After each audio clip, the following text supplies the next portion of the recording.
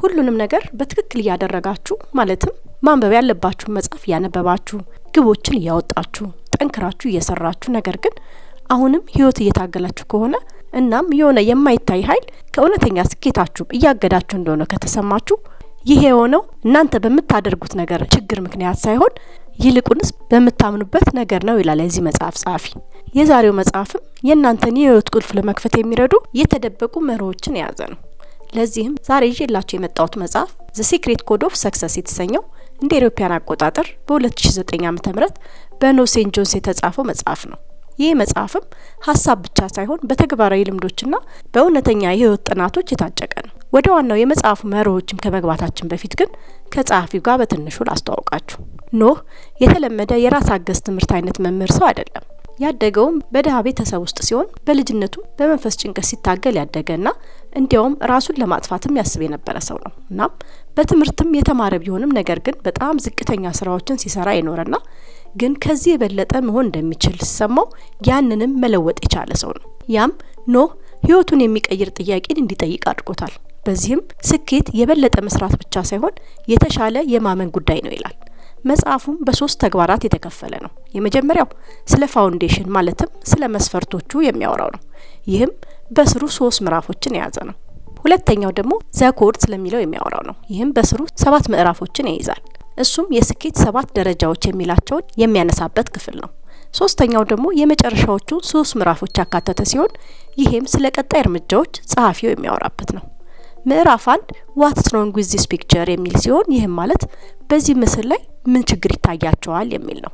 ጸሐፊውን በመጽሐፉ ላይ የሚያሳየው የስኬት ሚዛን የሚለውን ሲሆን ያም በአንድ በኩል አንድ ነገር ስናደርግ ያለውን ጥቅምና በሌላ በኩል ደግሞ አንድ ነገር ሳናደርግ ስንቀር ያለውን ኪሳራ የሚያሳይ ነው። ጸሐፊው ለዚህ የማይመለስ ለሚመስለው ጥያቄ እውነተኛ መልስ አለ ይላል። ነገር ግን እንደ አብዛኞቹ አስጨናቂ ችግሮች ይህን ጥያቄ ለመመለስ መጀመሪያ ጠለቅ ያለ ጥያቄን መጠየቅ አለብን ይላል። መጠየቅ ያለብንም ጥያቄ ይላል ጸሐፊው የሰው ልጅ ባህሪን የሚያመጣው ነገር ምንድነው የሚለው ነው ይላል። ያንን ጥያቄ ለመመለስም ብዙ መንገዶች ሊኖሩ ቢችሉም ለዚህ ጥያቄ ግን በጣም ቀላልና ትክክለኛ መልስ ሆኖ ያገኘሁት ይላል ጸሐፊው። በመጽሐፉ ላይም ስላስቀመጠው ገላጭ ምስል ሲያብራራ ይሄም የምታዩት ምስል ጸሐፊው በሴሚናሮች ውስጥ በ10 ሺዎች ለሚቆጠሩ ሰዎች አሳይቸዋለሁ። ምስሉንም የስኬት ሚዛኖች ብዬ እጠራዋለሁ ይላል። ይህም ልክ ፍርድ ቤት እንዳለው አይነት ሚዛን ሲሆን በሚዛኖቹ ግራና ቀኝ ጫፎች ላይ አንደኛውን የናንተ ዋይት ሃውስ ያለ ሲሆን ይህንንም አንድ ነገር ለማድረግ የውስጥ ሞቲቫችሁ ምን እንደሆነ ወይም ደግሞ ምክንያታችሁ ምን እንደሆነ የምታስቀምጡበት ሲሆን ሁለተኛው ጫፍ ደግሞ የናንተ ዋይ ኖት ሃውስ ነው ይላል። ያ ማለት ደግሞ አንድ ነገር ላለማድረግ ያላችሁ ምክንያት የምታስቀምጡበት ነው ይላል። ጸሐፊውም አንድ ለዚህ ምሳሌ ብሰጣችሁ ይላል ለምንድነው አሁን ይሄን መጽሐፍ የምታነቡት ይላል። መልሳችሁም በጣም ቀላል ነው። ይሄን መጽሐፍ እያነበባችሁ ያላችሁት ይሄን መጽሐፍ ማንበብ የሚሰጣችሁን ጥቅሞች እንዳሉ ስለምትገነዘቡ ነው ይላል። እና ስታነቡም የሚሰጣችሁ ጥቅምም ከምታወጡት ወጪ ስለሚበልጥ ነው ሚዛኑን የሚደፋ ይላል። ይህን መጽሐፍ ማንበብ የሚሰጣችሁ ጥቅምን ለምሳሌ የናንተን ዋይት ሃውስ በዚህ መልኩ ልትጠቅሱ ትችላላችሁ ይላል። ለምሳሌ ተጨማሪ ገንዘብ ለማግኘት፣ የበለጠ ደስተኛ ለመሆን፣ ሁሉ ጊዜ የምፈልገውን ህይወት ለመኖር፣ የምጠላውን ስራ ለመተው፣ የተሻለ ግንኙነቶችን ለመፍጠር ወይም ከእዳ ለመውጣት ሊሆን ይችላል ይላል። የናንተ ዋይ ኖት ሃውስ ማለትም ያን ነገር ላለማድረግ ማለትም መጽሐፉን ላለማንበብ ደግሞ ምክንያታችሁ አሁን ማድረግ የሚችላቸው ብዙ ሌሎች ሚሊዮን ነገሮች ስላሉኝ ጊዜ ስለሌለ ሊሆን ይችላል ወይም ደግሞ ይሄ ሰው ምንድነው ሊሸጥልኝ የሞከረ ያለው ብላችሁ የውስጥ ጥያቄያችሁም ሊሆን ይችላል። ምናልባት ከዚህ በፊት የገዛሁት መጽሐፍ ያልተደሰትኩት ስለሆነ ይሄም ተመሳሳይ ሊሆን ይችላል የሚል ሐሳብ ሊሆን ይችላል ይላል። እናም የናንተ ዋይት ሃውስና ዋይ ኖት ሃውስም እንደዚህ የመሳሰሉት ናቸው ይላል። ከዚያም ጸሐፊው The Hidden Reason You Are Stuck ስለሚል ርዕስ ያነሳል። ይህም ማለት አንድ ነገር ላይ ቆማችሁ የቀራችሁበት ስውር ምክንያት ምንድነው ስለሚለው ማለት ነው። ጸሐፊውን በዚህ ርዕስ ላይ በምስል ላይ ስለሚታየው የበረዶ ግግር ምስል ያብራራል። ሁላችንም እንደምናውቀው ከ90 እስከ 95% የሚሆነው የበረዶ ግግር ከውሃ በታች ተደብቆ ነው ያለው ይላል። እናም ከ5 እስከ 10% የሚሆነው ብቻ ነው ከወለሉ በላይ የሚታየው ይላል። በስታንፎርድ የሚገኙ ሳይንቲስቶችም የሰው አይምሮ በተመሳሳይ መንገድ ነው የሚሰራው ይላሉ ይላል። ያም ማለት ልክ እንደ የበረዶ ግግር አይምሮአችንም 2 ክፍሎች ያቀፈ ነው። ያም ማለት የሚታየው ክፍል ማለትም ከላይ ያለውና የተደበቀው ክፍል ማለትም ከመሬት በታች ያለው እንደማለት ወሰዱት ይላል። ያንንም ልክ እንደ ውሃው መስመር በአይምሮ ውስጥ ያሉትን ሁለቱን ክፍሎች የሚለየውን መስመር ላይን ኦፍ ኮንሽስነስ ይለዋል። ማለትም የንቃተ ህሊና መስመር ብለንም እንጠራዋለን ይላል። እና የሚታየው 10% የእናንተን የአእምሮ ንቃተ ህሊና ብለን እንጠራዋለን እና የተደበቀውን 90% ደግሞ የአእምሮ ክፍል ንዑስ ወይም ድብቅ አእምሮ ብለን እንጠራዋለን ይላል። በሳይንሳዊ ጥናት መሰረትም የሰው ልጅ ንቃተ ህሊናው ከጠቅላላ የአእምሮ ተግባር ውስጥ 10% ብቻ የሚሆነው ነው የሚወክለው ይላል። ያ ማለት ድብቁ አእምሮ ክፍል ከ90% በላይ የሚሆነውን የአእምሮ ስራችንን ይወክላል ማለት ነው ይላል። ድብቁ የአእምሮ ክፍላችንም ሰፊ የሆነ ያልታሰበ ነገርንና በልማድ የምንሰራቸውን አስተሳሰቦችና ባህሪያትና ድርጊቶች ስብስብ ነው ይላል። ስለዚህም ድብቅ አእምሮን በተሻለ ሁኔታ የሚገልጸው አረፍተ ነገርም ኖ ቾይስ ማለትም ምርጫ የለም የሚለው ነው ይላል። ታዲያ ለምንድነው ብዙ ጊዜ ራሳቸውን ለማሻሻል ብዙ ገንዘብ ጊዜያቸውን ያጠፉ በሚሊዮን የሚቆጠሩ ሰዎች ራሳቸውን ማሻሻል ያቃታቸው ካልን? ምክንያቱም ሁሉም ሰው ስኬታማ ለመሆን ይፈልጋል፣ ነገር ግን ያንን ለማሳካት የሚያስበው በንቃተ ህሊናው ደረጃ ብቻ ነው ይላል። የመጽሐፉ ምዕራፍ 2 ደግሞ ዘ ሊትል አሰምፕሽንስ ዳትስ ኮስቲንግ ዩ ኤ ፎርቹን የሚለው ነው። ይህም ማለት የስኬታችሁን ዋጋ የሚያስከፍላችሁ ትንሿ የራስ ግምት የሚለው ነው።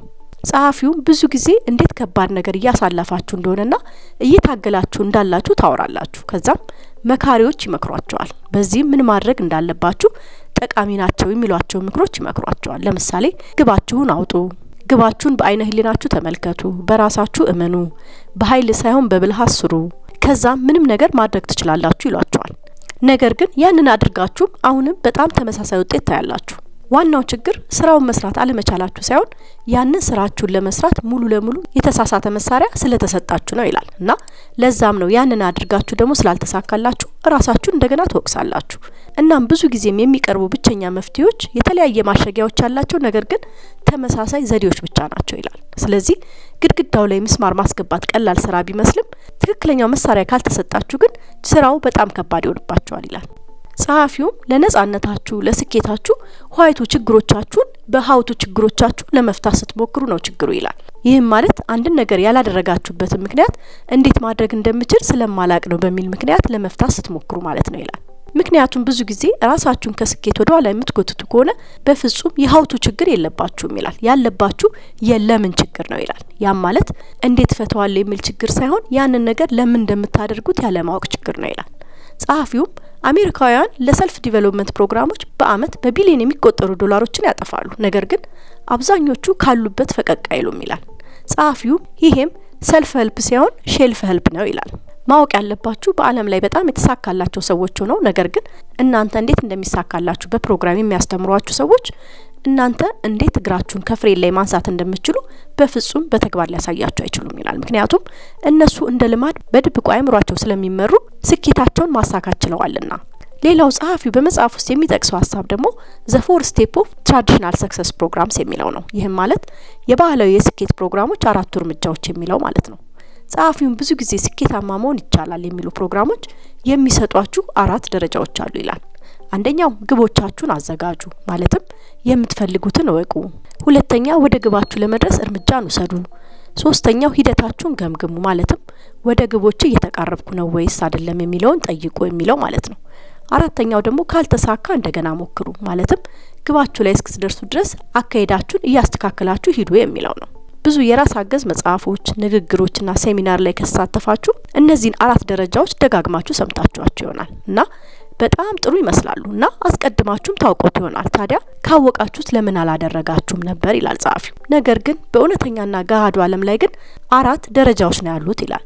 ልክ ከዚህ በፊት እንደጠቀስነው ተለምዷዊ የስኬት ሂደቶች ሁሉ በገሃዱና እውነተኛው ዓለም ላይም 4 እርከኖች አሉ ይላል። እነዚህም አንደኛው ዘፎግ ማለትም ጭጋግ ሲሆን ይህም ማለት በዚህ ጊዜ እኛ የምንፈልገውን የማናቅበት ጊዜ ነው ይላል። ሁለተኛው ደግሞ ትሬድ ሜሊንግ ነው ይላል። በዚህ ጊዜ በርግጥ በስራ ቢዚ ነን፣ ነገር ግን የትም አንደርስም ይላል። ሶስተኛው ደግሞ ፊል ላይክ ፌሊየር የሚለው ነው። ይህም ማለት ልክ እንደ ውድቀት የሚሰማችሁ ጊዜ ማለት ነው። ያን ጊዜ ራሳችን ከሌላ ሰው ጋር አወዳድረን በማየት ውድቀት የሚሰማን ጊዜ ነው ይላል። አራተኛው ደግሞ ትራይ አጌን የሚለው ነው። ይህም ማለት እንደገና የምንሞክርበትና መሞከር እንቀጥላለን እና ነገሮችና ውጤቶቻችንም ይለያያሉ ብለንም ተስፋ እናደርጋለን ይላል። ስለነዚህ ደረጃዎችም ሲያብራራ በመጀመሪያ ላይ ማለትም በትክክል የምንፈልገውን አናቅም ይላል። ወይም ደግሞ እኛ በርግጥ የምንፈልገውን ነገር ማግኘት እንችላለን ብለንም አናምንም ይላል። ወይም ደግሞ በርግጥ የምንፈልገውን ካገኘን በኋላ ምን እናደርጋለን ብለንም ልንፈራ እንችላለን ይላል። ወይም ደግሞ እኛ የምንፈልገው መቼም የማገኝ አይመስለኝም ብለንም ልናምን እንችላለን ይላል። ወይም ደግሞ የምንፈልገውን ካገኘው አሁንም ደስተኛ ባልሆነስ ብለን እናስባለን ይላል። በሁለተኛው እርከን ማለትም ሁለተኛው ደረጃ ትሬድሚል ላይ ደግሞ ልክ ስፖርት መሮጫ ላይ እንዳለ ሰው እንሮጣለን። ማለትም በትክክል በእውነት ጠንክረን እንሰራለን፣ ግን የትም ፈቀቅ አንልም ይላል። የስራ ዝርዝራችሁን እያያችሁ ስራ በዝቶብኛል ልትሉ ትችላላችሁ፣ ግን ህይወታችሁ ግን ሁሌም አንድ አይነት ነው ይላል። ሌላው ጸሐፊው ወሳኝ ሶስተኛ ደረጃ የሚለው ደግሞ የውድቀት ሲሰማችሁ ያለው ነው። በባህላዊ የስኬት ፕሮግራሞች በመጀመሪያ ግብ አውጡ ይሉናል እና ከዛ ግን እኛ የምንፈልገውን በትክክል አናውቅም፣ ስለዚህ ጭጋግ ያጋጥመናል ይላል። ከዛም በሁለተኛ ደረጃ ተግባርን ፈጽሙ ይሉናል። ከዛም በእውነት በስራ ቢዚ እንሆናለን፣ ግን ትሬድሜል ውስጥ እንገባለን ይላል። ከዚያም እድገታችንን እንድንገመግብ ይነግሩናል። ከዚያም ስለ ራሳችን እድገት ያለውን ነገር ስንገመግም የትም እንዳልተንቀሳቀስን ስለሚሰማን ውድቀት ይሰማናል ይላል። ከዛም ሁሉም ሰው ከኛ የተሻለ እየሰራ እንደሆነ ይሰማናል እና ከዚያም በእነዚህ ሁሉ የራስ አገዝ ፕሮግራሞች ላይ ያለንን ጊዜ፣ ገንዘብ፣ ጉልበት እንዳጠፋን ሲሰማን እንቆጫለን። ነገር ግን አሁንም እዛው ላይ ተጣብቀናል ይላል። ጸሐፊውም በዚህ ደረጃ እኔም ህይወቴን ብዙ አመታት አሳልፌያለሁ ይላል። ነገር ግን እናንተ ከዚህ በኋላ አንድ ተጨማሪ ደቂቃ እንደዛ እንድታሳልፉ አልፈልግም ይላል። ጸሐፊውም እኔ እንዴት እንደሚሳካላችሁ አላስተምራችሁም፣ ስለማልፈልግ ሳይሆን ግን ስለማያስፈልገኝ ነው ይላል። ስለዚህ እንዴት እንደሚሳካ ማወቅ ያለባችሁ ነገር ሁሉ ተነግሯችኋል። ነገር ግን አሁን ሙሉ አቅማችሁን ለስኬት የምትፈቅዱበት ጊዜ ነው ይላል። በህይወታችሁ በሙያችሁና በግንኙነታችሁ ውስጥ ሁሉ እግራችሁን ከፍሬሩ ላይ የምታነሱበት ጊዜ ነው ይላል። ምዕራፍ 3 ደግሞ ዘ ሴክሬት ኮድ ሪቪልድ የሚለው ነው። ይህም ማለት ሚስጥራዊ ኮድ ተገለጠ የሚለው ማለት ነው። ጸሐፊውም የሰው ልጅ ሁለት እውነቶች አሉት ይላል። የሄሪቴጅ ሃውስ ፐብሊሺንግ መስራችና ከመጀመሪያዎቹ አማካሪዎች መሃል አንዱ የሆነው አሌክስ ማንዶሲያውን በህይወት ውስጥ ሁለት እውነቶች አሉ ብሏል ይላል። አንደኛው ሁሉም ሰው አቅም አለው የሚለው ነው። ሁለተኛው ደግሞ እስካሁን ማንም አልደረሰበትም የሚለው ነው። ጸሐፊውም አብዛኛው ሀብት፣ ጤና፣ ደስታ፣ ፍቅር፣ እድል በአጭሩ እኛ የሰው ልጆች የምንፈልጋቸው ነገሮች ሁሉ በ3% የዓለም ህዝብ የተያዙ እንደሆኑ ካመናችሁ በእውነት የትኛውን ቦታ የተያዙ እንዳልሆኑ መገንዘብ አለባችሁ ይላል። ማንም ሰው ፍቅር፣ ገንዘብንና እድልን ከእናንተ ሊያርቅ አይችልም። ነገር ግን እነዛ 3% ህዝቦች እዛ እንዴት እንደደረሱ በትክክል ሊነግሯችሁ አይችሉም ይላል። ለምሳሌ ንግግር ሰምታችሁ፣ መጽሐፍ አንብባችሁ ወይም በስኬታማ ሰዎች የተገለጠ ሴሚናር ሄዳችሁ ልታውቁ ትችላላችሁና ራስን ማሻሻል ሴሚናር ላይም የመጨረሻ የሄዳችሁበትን ሴሚናር አስታውሱ ይላል።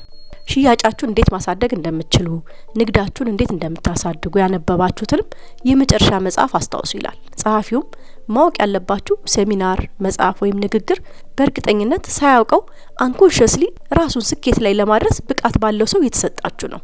በሌላ አነጋገር የዓለማችን 3% ስኬታማ ሰዎች ማለት በሰብኮንሽስሊ ለስኬት ራሳቸውን ሳያውቁ ለስኬት መፍቀድ የቻሉ ሰው ናቸው ይላል። እናም አዲስ ነገር ለመስራት ስትሞክሩ ለመራመድ፣ ጫማችሁን ለማሰር፣ መኪና ለመንዳት፣ $1 ሚሊዮን ለመስራትም ሊሆን ይችላል። ሁሉም ሰው የሚያልፍበት 4 ብቃት ደረጃዎች አሉ ይላል። አንደኛው አንኮንሽስ ኢንኮምፒታንስ ነው። ይህም ማለት እንደማታውቁ አለማወቅ ነው ይላል። ሁለተኛው ደግሞ ኮንሽስ ኢንኮምፒታንስ ነው ይላል። ይህም ማለት እንደማታውቁ ማወቅ ነው። ሶስተኛው ደግሞ ኮንሽስ ኮምፒታንስ ነው ይላል። ይህም ማለት እንደምታውቁ ማወቅ ነው ይላል። አራተኛው ደግሞ አንኮንሽስ ኮምፒታንስ ነው ይላል። ይህ ማለት እንደምታውቁ ሳታውቁ ሳታስቡት የምታደርጉት ነገር ማለት ነው። ከዚያም ጸሐፊው ስለ ቢንግ ኤንድ ዱይንግ ሲያነሳ መሆንና ማድረግ ስለሚለው ማለት ነው። ጸሐፊውም የስኬት ሚስጥራዊ ኮድም መሆንና ማድረግን የሚያካትት የህይወት መንገድ ነው ይላል።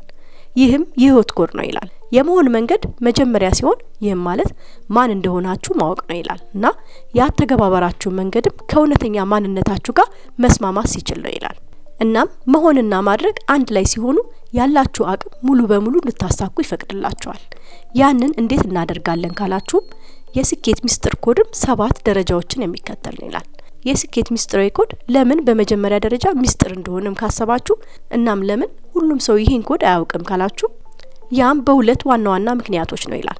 በመጀመሪያ ደረጃ ራሳቸው የዓለማችን ስኬታማ 3%ዎቹ ራሳቸው መኖሩን አያውቁትም ይላል። ያም ማለት እነሱም አንኮንሽስሊ ስለሚያደርጉት ይህም ልማድ በእለት ተለት ፍላጎቶችና ግፊቶች ንቃተ ህሊና ውስጥ ሊገኝ አይችልም ይላል። ስለዚህ የውስጥ ስራ ስለሆነና ስኬት ተብሎ የሚጠራውም ክስተት ለመመልከት አዲስ መንገድም ስለሚፈልግ ነው ይላል። ከዚያም ጸሐፊው ስለ ፐርሚሽን ፒራሚድ ስለሚል ሲያነሳ ይሄም የሚታዩት 7 ደረጃ ፒራሚድ 7 የስኬት ደረጃዎችን የያዘ ነው ይላል። ጸሐፊውም እነዚህን ለመረዳት ቀላል ናቸው፣ ነገር ግን ለማስፈጸም ግን ትልቅ ጥረት ይጠይቃሉ ይላል። እናም አንዴ ከደረጃን ከጀመራችሁ ወደ ላይ መሄድ ትጀምራላችሁ ይላል።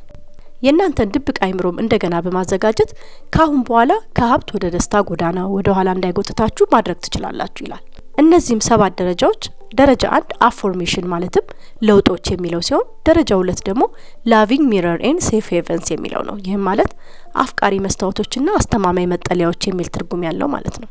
ሶስተኛው ደረጃ ደግሞ ሲስተም ኦፍ ሰፖርት የሚለው ነው። ይህም የድጋፍ ስርዓቶች የሚለው ሲሆን አራተኛው ደግሞ ጎል ፍሪ ዞንስ ኤንድ ጎል ሪፕሌስመንት ሰርጀሪ የሚለው ነው። ይህም ማለት ከግብ ነጻ የሆኑ ዞኖችና የግብ ምትክ ስለሚል የሚያነሳው ነው። አምስተኛው ደረጃ ደግሞ who are you trying to protect punish and please የሚለው ነው። ይህም ማለት ማንን ለመጠበቅ ለመቅጣትና ለማስደሰት ትሞክራላችሁ የሚለው ማለት ነው። ስድስተኛው ደረጃ ደግሞ find your no የሚለው ነው። ይህም ማለት የእናንተን እምቢ የምትሉትን ነገር ስለመፈለግ የሚያወራው ነው። ሰባተኛው ደረጃ ደግሞ find your because የሚለው ነው። ይህም ማለት የእናንተን ምክንያት ፈልጋችሁ የምታገኙበት ማለት ነው። በዚህ መጽሐፍም ላይ ሁሉም ደረጃዎችን እንደ አንዳንድ ምዕራፍ በተናጥል ያብራራቸዋል። እና ምዕራፍ 4 ያም ማለት የመጀመሪያው ደረጃ ሲሆን ይህም አፎርሜሽን የሚለውን የሚያወራበት ነው።